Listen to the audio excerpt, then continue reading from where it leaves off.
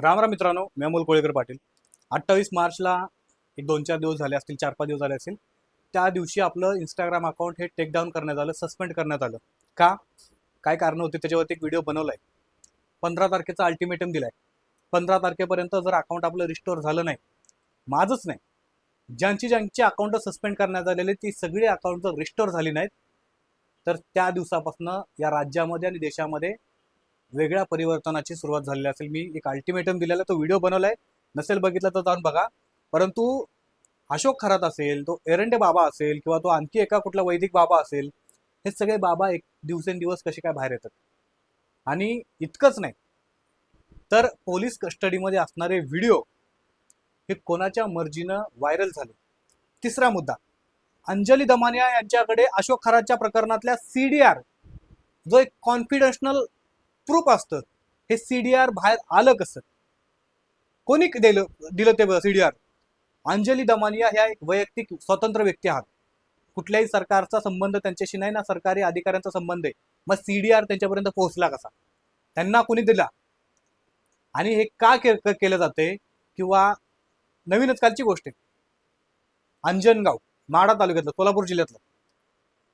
अरे, जिथं छत्रपती शिवाजी महाराजांच्या नावानं भीक आपण आपलं अन्न खातो, आपण त्या छत्रपती शिवाजी महाराजांच्या स्मारकासाठी 2-3 दिवस झालं पूर्ण महाराष्ट्रभर राडा करून ठेवलाय, पुतळा हटवण्यावरनं बसवण्यावरनं.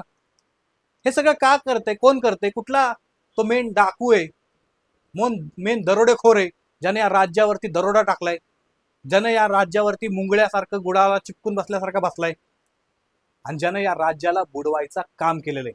कोण आहे तो डाकू? आणि काय सगळं उकरून काढतोय? कुठली गोष्ट समोर आणायची किंवा कुठली गोष्ट गपचूपपणे पार पाडायचे, सगळ्या गोष्टी तुम्हाला सांगतो. खरात, मला तर त्या खरातचा एवढा काय बोलू म्हणजे हे समजत नाही. म्हणजे खरातनी मजा केली, खरातकडे जाणाऱ्या त्या बायकांनी मजा केली, आणि खरातचा मूत पिणाऱ्या भिकारचोट नेत्यांनी मजा केली. खरात 1500 कोटीचा मालक झाला. खरातच्या संपत्तीमध्ये अनेक भिकारचोट नेत्यांचा समावेश आहे. त्यांनी मजा केली. सजा आमच्यासारख्या पत्रकारांना दिली जाते, आमचं अकाउंट सस्पेंड केलं जातं. अरे, बायकांनी मजा केली. त्या जे व्हिडिओमध्ये दिसते त्याच्यावरती कुठल्याही बाईवरती अत्याचार बलात्कार झाल्याचं दिसत नाही. जे व्हिडिओमध्ये दिसते ते तरी खरातनी मजा केली, आणि त्या नेत्यांनी मजा केली. आणि खरातनं कुठल्या कुठल्या नेत्याला पोरी पुरवल्या, ह्याची चौकशी झाली पाहिजे, म्हणजे तुम्हाला खरं कळेल. ह्या लोकांनी मजा केली ना आमच्यासारख्यांचे अकाउंट सस्पेंड करतात. ठीक आहे, बोंधू बाबा खरातचा विषय झाला, कोणी आणला बाहेर? माझ्याकडे जी माहिती आहे, जर ती खरी असेल, त्याचा खरं तर तपास करावा पोलिसांनी. मी त्या माहिती खरीच आहे, मी असं सांगत नाही, परंतु जी माझ्याकडे माहिती आहे, जर असं काही घडलं असेल तरी अतिशय भयानक आहे. खरात प्रकरणातले सगळे व्हिडिओ हे पोलिसांना डिसेंबर महिन्यात मिळाले होते, किंवा डिसेंबर महिन्याच्या अगोदर, 2025ची गोष्ट सांगतो तुम्हाला. आणि हे सगळं प्रकरण देवेंद्र फडणवीसांच्या कानावरती किंवा त्यांच्या समक्ष हे गेलं होतं.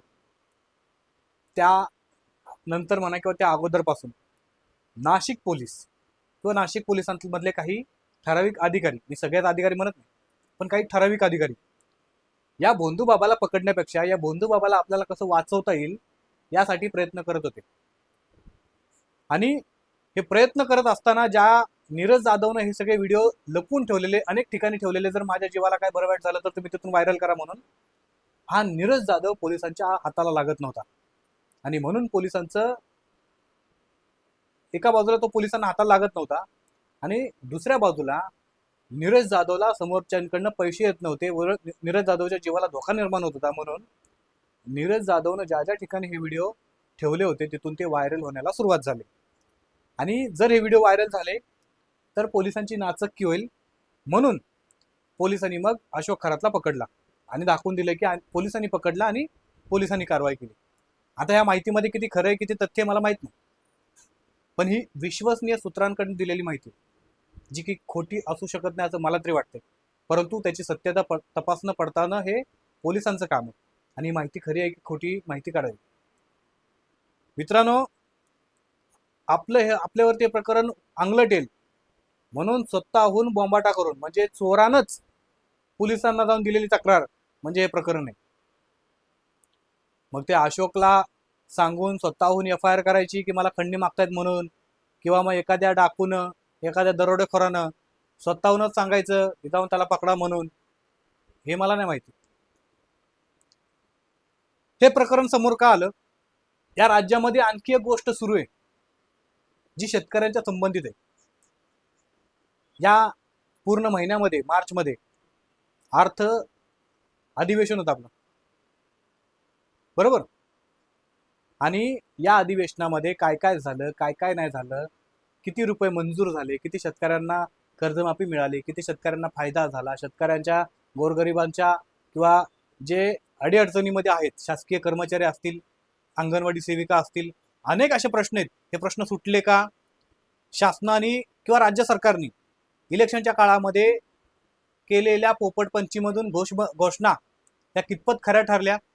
लाडक्या बहिणींचं झालं काय? आज एकही लाडकी बहीण समोर येऊन प्रश्न विचारत नाही. अरे इलेक्शनच्या काळामध्ये तर सरसकट सगळ्या लाडक्या बहिणींना पैसे दिले ना, नंतर लाडक्या बहिणींचं झालं काय? किती लाडक्या बहिणी कमी केल्या? आणि हे सगळं असताना या सगळ्यांकडे प्रश्नांकडे दुर्लक्ष व्हावं. एक सगळ्यात मोठा तुम्हाला विषय सांगू काय? शक्तीपीठ महामार्ग अतिशय महत्वाचा महामार्ग आहे, ज्याची काही गरजही नाही. खरं सांगतो तुम्हाला, गरजही नाही त्या शक्तीपीठ महामार्गाची. बरं, त्या शक्तीपीठ महामार्गामध्ये या महान तज्ज्ञांनी काय केलं तुम्हाला सांगू? समृद्धी हायवे जेव्हा बनवला त्यावेळेला 1 किलोमीटरला 6 कोटी रुपये इतका खर्च लावला, की समृद्धी महामार्गाचा 1 किलोमीटर बनवण्यासाठी 6 करोड रुपये आपल्याला खर्च येतोय. सरासरी अंदाजानुसार मी पकडतोय. समृद्धी महामार्ग आत्ता सुरू झालाय, अजून तो मला वाटतंय पूर्णपणे सुरू झाला की नाही मला माहित नाही, म्हणजे ठाण्यातला वगैरे पार्ट पकडला तर. या समृद्धी महामार्गाचं काम झाल्यानंतर हा कॉस्टिंग काढली त्यावेळेला 6 करोड रुपयाला 1 किलोमीटर तयार झाला. आणि नवीन आता जो बनतोय शक्तीपीठ महामार्ग 106 करोड रुपयाला 1 किलोमीटर. म्हणजे 4-5 वर्षापूर्वी बनवलेला समृद्धी महामार्गाला 1 किलोमीटर बनवायला तुम्हाला 6 कोटी रुपये खर्च येतात. आणि आता जो नवीन शक्तीपीठ महामार्ग तयार करतायत, तो 1 किलोमीटर बनवायला तुम्हाला 106 कोटी रुपये लागतात. इतक्या मोठ्या प्रमाणामध्ये काय बदल या राज्यामध्ये, देशामध्ये? सिमेंट वाढलं, वाळू वाढली, लोखंड वाढलं, काय वाढलं? अहो, शेतकऱ्यांची इच्छा नसताना देखील जबरदस्तीनं दादागिरी करून या निजामी अवलादींच्या सरकारांनी शेतकऱ्यांच्या जमिनी कब्जा केलेत, ताब्यात घेतलेत त्या शक्तीपीठ महामार्गाच्या नावाखाली. जे जे नेते या शेतकऱ्यांच्या बाजूने उभं राहतात, त्यांचं नेतृत्व करतात, त्यांना अनेक त्यांना आश्वासनं दिली जातात. काही ठिकाणी पैशा पाण्याचा देखील मोठ्या प्रमाणात खेळ होतो आणि त्यांना शेतकऱ्यांच्या बाजूनी लढू नका म्हणून त्यांना तयार केलं जातं. किती नेते आहेत शेतकऱ्यांचे जे शेतकऱ्यांच्या बाजूने लढत होते, शक्तीपीठ महामार्गाच्या विरोधासाठी लढत होते, आज कुठे गेले ते सगळे? सगळे शांत झाले आणि सरकार गपचूपपणे शेतकऱ्यांच्या जमिनी हडप करते. तुम्ही किती शेतकऱ्यांचा आवाज ऐकणार? एकदा, दोनदा, तीनदा? हे सरकार काय करतं तुम्हाला माहिती आहे का? इतकं हॅमरिंग करायचं, इतकं टॉर्चर करायचं की जनता देखील विचार करेल की सरकार करते ते बरोबरच आहे, ह्यानेच काय ते चूक केली असेल. अशा मानसिक परिस्थितीमध्ये तुम्हाला आणून ठेवायचं, जेणेकरून माणसामध्ये जनतेमध्ये भांडणं लागतील आणि हे मधारी खेळ बघत बसतील. त्या शक्तीपीठ महामार्गावरनं लक्ष हटवण्यासाठी तुम्ही असले धंदे करता. छत्रपती शिवाजी महाराजांचा पुतळा रातोरात बसवला म्हणून एका समाजाला उभं करता त्यांच्या विरोधामध्ये. म्हणजे पुतळा बसवणारा पण या मदारीचाच खेळ, बसवायला सांगायला आणि हटवायला तयार करायला पण मदारीचाच खेळ. काय लावलंय? मुळात छत्रपती शिवाजी महाराजांसारख्या महान नेत्याचा फोटो अंधारात बसवावा लागतो आपल्याला, त्याची लाज वाटली पाहिजे.